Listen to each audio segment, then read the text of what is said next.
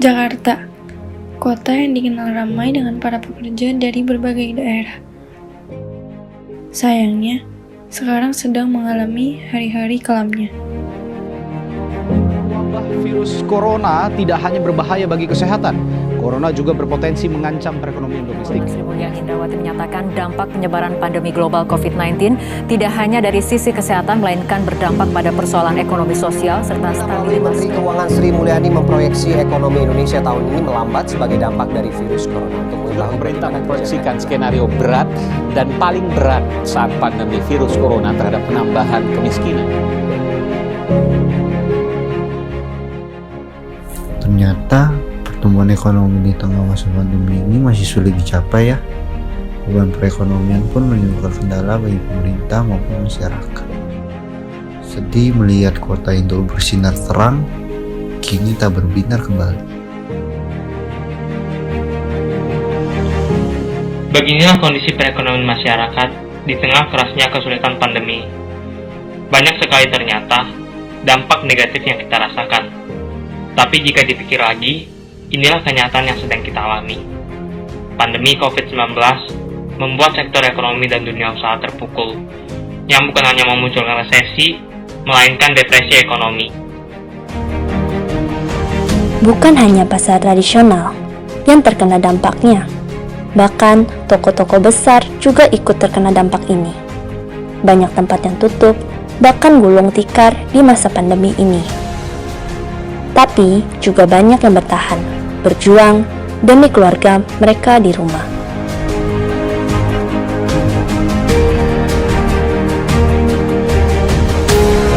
Banyak pedagang kecil dan menengah yang terpukul dalam kondisi saat ini.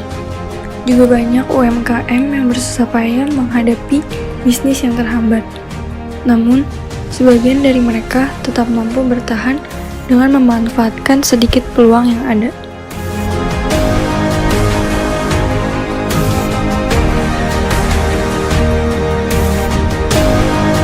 Mungkin banyak pemikiran-pemikiran negatif tentang masa yang akan datang.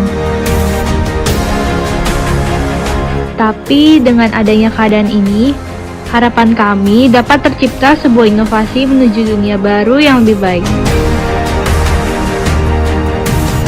Berada di masa pandemi corona, namun ada harapan yang mencerahkan. Sejumlah peneliti di berbagai negara kini sedang mengkaji antivirus Indonesia corona. tengah bersiap menyambut kedatangan vaksin corona. Hasil kerjasama antara Bio Farma dengan lembaga riset Sinovac asal Tiongkok, dan vaksin dari Sinovac ini sudah lulus uji klinis tahap 1 dan tahap 2 di negara asalnya, dan kini diuji klinis tahap ketiga di Indonesia. COVID-19 tidak menyurutkan semangat pemerintah dan masyarakat di sejumlah daerah di Jawa Timur untuk bekerja sama membangkitkan ekonomi. Mulai dari kerjasama pameran busana, membuka kembali gedung bioskop, hingga kerjasama ekspor alat musik. Vaksin COVID-19 Sinovac mulai tiba di Makassar. Vaksin Sinovac disebut jadi jalan baru untuk menekan laju COVID-19 di Indonesia. Vaksin buatan Tiongkok ini akan diberikan pada tenaga kesehatan yang berada di garis terdepan penanganan COVID-19. Kita memiliki banyak sekali peluang untuk memperbaiki kondisi ini. Banyak orang yang terdampak masih membutuhkan bantuan dari kita. Karena keadaan ini, kami berharap dapat terbentuk sifat saling tolong-menolong.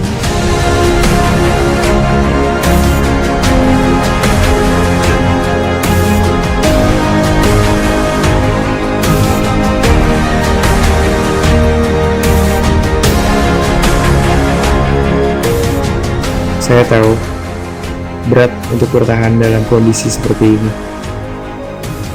Saya tahu juga, dan ya, saya tetap berharap sekeras apapun perjuangan yang sudah dikorbankan akan berbuahkan hasil seperti layaknya pelangi setelah badai menerjang.